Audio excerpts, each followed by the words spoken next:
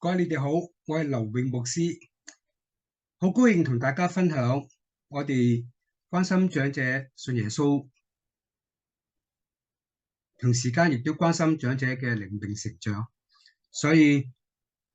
今次好想同大家一齊嚟到去分享點樣向基層長者做初信栽培嘅工作。以下係我哋一啲少少嘅經驗嘅分享同埋整理，希望大家可以一齊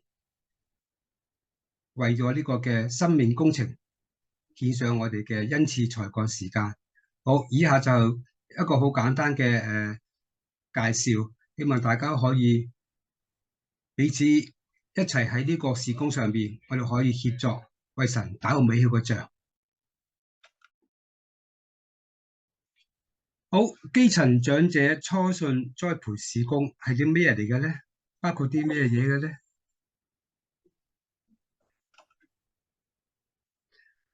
首先，我哋承認向基層長者佈道容易，跟信主長者栽培就難。長者老友記信主得到救恩永生嘅同時，我哋點樣可以讓佢哋得到正常嘅教會同埋信仰生活，經歷耶穌所賜佢哋豐盛嘅人生、豐盛嘅生命呢？基層長者老友記咧有啲特性㗎。佢哋唔識字啦，知識水平低啦，記性差啦，好容易忘記啦，好多都係拜祖師，係家族嘅傳統啦。屋企好多都係拜神，特別信奉民間嘅宗教。佢哋亦都中意埋堆跟大隊去排隊攞嘢啦，同埋中意貪便宜攞啲着數嘅啊。咁呢啲都係基層長者佢哋嘅一啲生活嘅習慣同埋特性。咁其實基層長者老友記佢哋點樣信主嘅咧？離唔開都係以下一啲嘅途徑啦。例如我哋喺街頭報道遇到路人甲月餅，就係啲老友記啦；或者我哋喺公園報道見到好多老友記喺公園，好多街坊喺公園嗰度坐啊；或者我哋去到老人院舍做報道啊，傳福音啦；或者我哋友誼報道向我哋屋企親朋戚友嘅老友記長者報道啦。或者係教會小組，我哋有啲嘅小組茶聚啊，邀請啲老友記嚟小組活動啦，甚至乎我哋有特別嘅長者報道聚會啦，邀請啲老人家嚟聽福音粵曲聚會啦，聽生命見證啦。當然啦，我哋都會去醫院探訪，個別關懷一啲我哋教會弟兄姊妹同埋社區街坊一啲嘅老友記喺探訪期間帶信耶穌嘅。好啦，一般教會提供俾長者嘅栽培材料係啲咩咧？我都睇咗一啲嘅參考啦。一般有用成長實課或者係百貨啦，或者係有啲教會自己嘅苗圃百貨啦，有啲就係用長者初信祈禱手冊啦，亦有係教會自己編嘅教材嘅。呢啲都係一啲嘅文字版嘅一啲嘅材料。當然啦，有啲就會係個別跟進。唔使用材料，由栽培員同佢個別去做跟進，亦有啲唔係一對一，係小組跟進嘅，亦有邀請呢啲初信嘅長者返教會嘅慕道班、洗禮班嚟到去俾佢哋有啲嘅基本嘅信仰栽培。好啦，基層長者栽培嘅模式其實係有幾方面。第一就鼓勵佢哋參加教會嘅初信栽培班啦，正話講咗好多唔同嘅模式啦。栽培班之後就希望安排佢哋加入教會嘅小組啦，崇拜小組啊，陽光小組啊，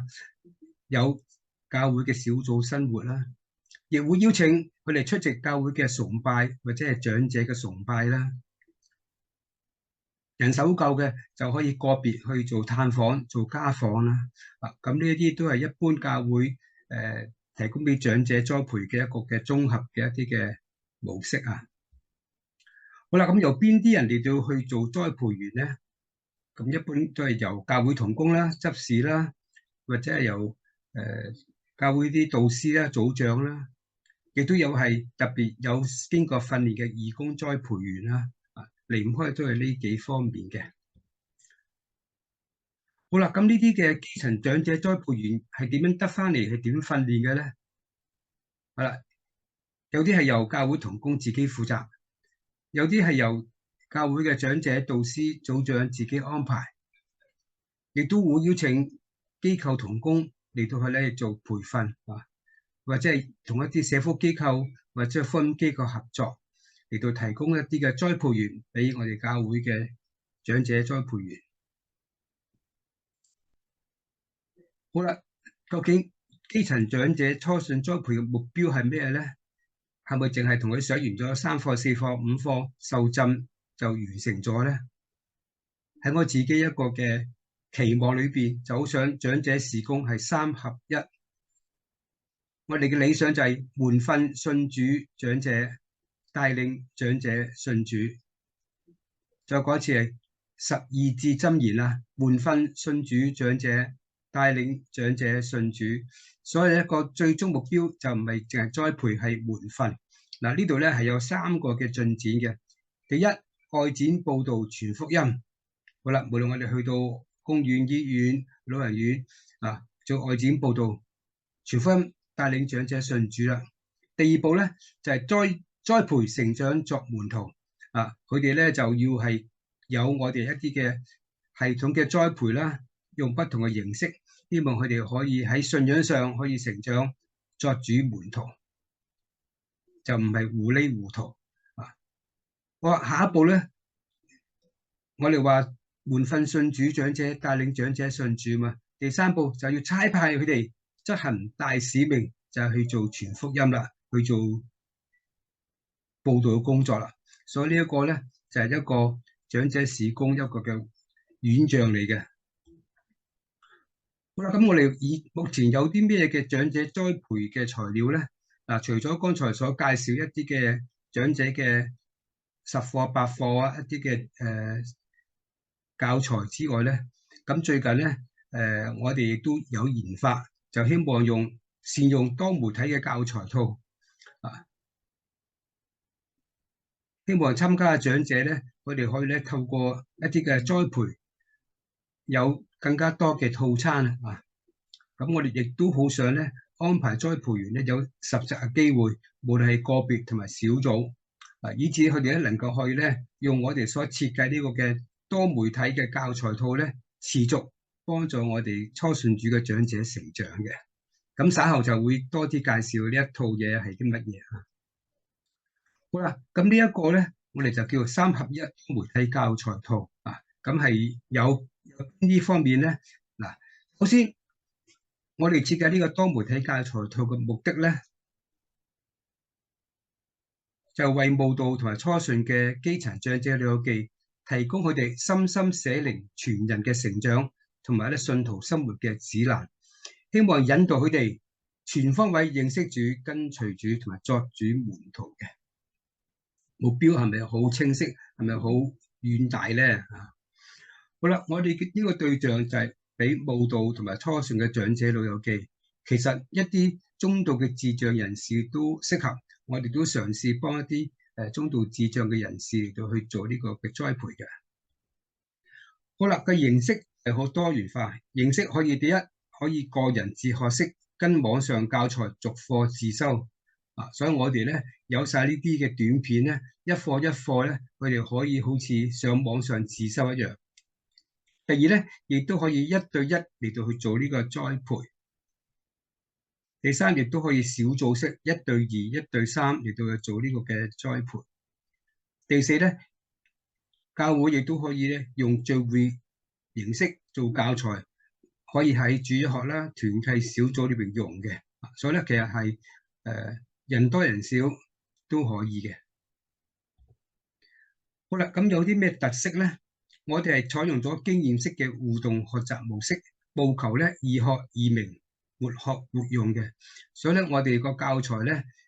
每一次都係有短歌詩歌啦，有短講短片啦，有短金句背啦，同埋有功課嘅練習啊。咁所以咧就唔係單方面嘅，係好互動嘅咧，同埋咧係好有趣味性嘅。因此咧，我哋呢個多媒體嘅教材套咧，我哋係有電子文字版 PDF，亦都有圖文簡報版 PPT、PowerPoint， 同埋有咧影像短片版嘅 MV。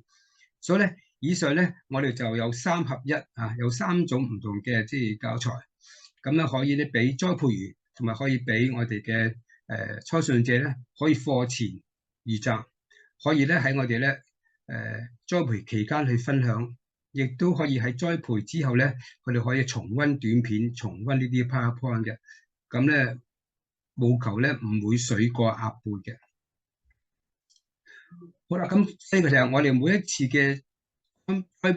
初信栽培咧，我哋大概係預30分鐘，因為大家嘅專注力都有限。咁呢30分鐘大概有4個環節，每次我哋有一個主題嘅，所以有個主題短歌，每一課有1至2首。咁唱完歌之後咧，就會有主題嘅短講，係好生動、好活潑嘅，咁就可以睇我哋預備咗個短片嚟到咧聽我哋解釋今次呢個主題嘅內容。跟住我哋每次都有一啲嘅主題嘅金句，希望咧初信者可以咧，起碼每次會認識讀識一字嘅金句嚇，係一個健康嘅靈奶嚇。最後就會一齊有功課祈禱，我哋就會咧希望由栽培員帶領初信者一齊開口禱告，讓大家都可以咧將自己生命交託俾神嘅。好啦，咁我哋呢一個嘅栽培10課咧，我哋大概係有10課。第一課就係認識福音，第二個就係認識罪人，第3個就係認識救恩，第4課就係認識真神，第5課就係認識洗禮，第6課就係認識祈禱，第7課就係認識語禱文，第8課就係認識聖靈，第9課就係認識教會，第10課就係認識祝福。嗱，咁點解係呢10課咧？其實因為唔同教材有唔同嘅主題，咁我哋啲設計呢10課咧，係希望係俾初信嘅長者，佢哋對信仰、對教會生活有一個基本嘅認識。好啦，咁我哋有咩策略咧？咁其實即係而家我哋所建議咧，就覺得最有效就係個別栽培方式，係1對1或者係2對1。咁有咩好處啊？對被栽培者咧，可以貼心個別關照啦，容易建立關係啦，彈性因材施教啦，可以回應佢哋嘅信仰狀況啦，容易安排約見，因為1對1、2對1容易安排，同埋隨時隨地都可以咧，隨着栽培員嘅時間就可以去做噶啦。地點屋企、公園、教會都可以嘅。哇！咁對栽培員有啲咩嘅提醒啊？然後栽培員就要承擔初信生命，因為佢係1對1嚟到關心啊，唔係咧靠上栽培班啊，交俾牧師啊，交俾執事啊，亦都係個別同初信者建立關係。好啦，至於嗰半小時教得乜嘢咧，亦都可以彈性因材施教，唔使一次過教晒半小時嘅材料。如果時間唔夠或者大家唔明，可以分開3次嘅，即係每一課都可以再分開2次、3次去教嘅，就唔使即係好似夾硬半小時執啲嘢俾佢哋。好啦，同埋喺個過程裏邊咧，大家可以互動有來有往，有問有答，因為1對1啊，我哋咧就可以方便咁嚟到去做一啲咁嘅分享。係啦，由於係1對1、2對1咧，就容易安排跟進啦。即係好啦。咁上完呢一課之後，咁有啲咩問題咧？大家都可以咧隨時可以提供支援俾我哋嘅初信者，或者可以為佢代禱，大家都可以咧有 WhatsApp 嚟到大家互相跟進嘅。好啦，咁個別栽培方式，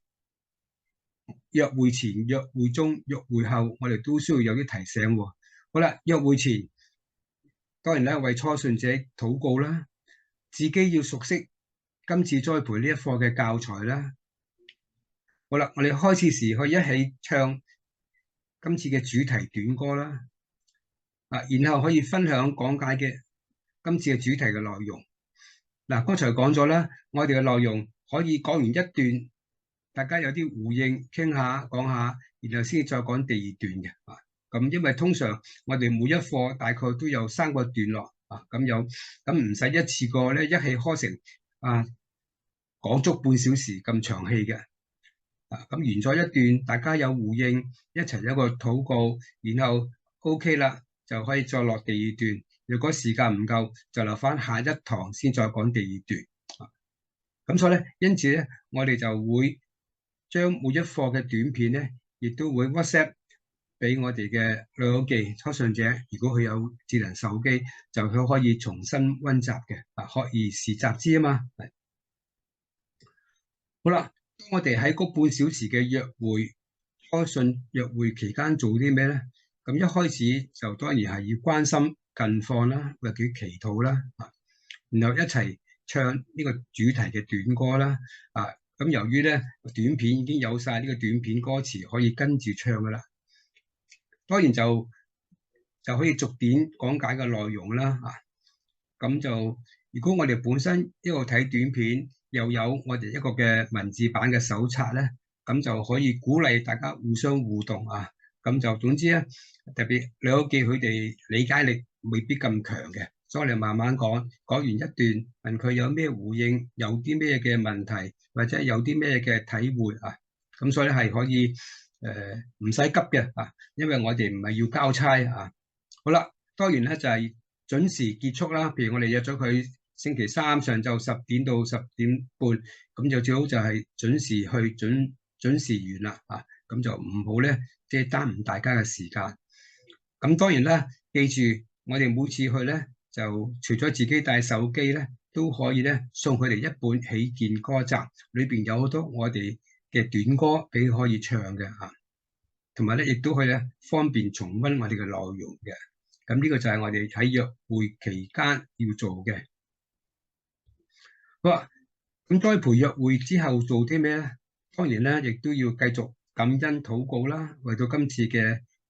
感恩禱告啦。好啦，我哋自己都要檢討過程得失，自己有咩地方做得比較好嘅咧，值得鼓勵自己咧。有咩地方做得比較急啲啊，講得多咗啊，或者係表達得唔清楚啊，咁呢啲都可以作為下一次改善嘅地方嘅。好啦，咁如果我哋真係下星期先再見佢，咁喺呢一個星期裏邊咧，我哋都唔好唔抽唔睬，亦都可以咩保持聯繫，周間致電問求佢啊，問佢有啲咩需要啊，有啲咩唔明啊咁啊，咁希望咧電話都可以做跟進嘅，亦都可以咧鼓勵佢咧主動提出一啲嘅問題啊，咁以至到咧佢知道咧我哋唔係淨係同佢上堂嗰半小時嘅。當然咧，亦都提醒佢，我哋下一次幾時喺邊度繼續上第二課，或者係繼續見面，咁俾個溫馨提示佢。好啦，其實1對1、2對1係最好嘅。其實我都鼓勵咧，特別我哋冇經驗嘅，或者會唔會有一個有經驗嘅組員帶一個初信嘅，我哋一齊去做呢個初信栽培咧。咁2人1隊咧，咁就彼此可以有關照，彼此可以提醒。我覺得呢個係一個最好嘅方法。哇！雖然你話成本好低喎，2個人對一個，記住啊，而家我哋做緊生命嘅栽培啊，特別咧，我哋唔係做一啲知識分子做一啲基層長者咧，佢好需要關懷嘅，唔係單單上堂咁簡單嘅。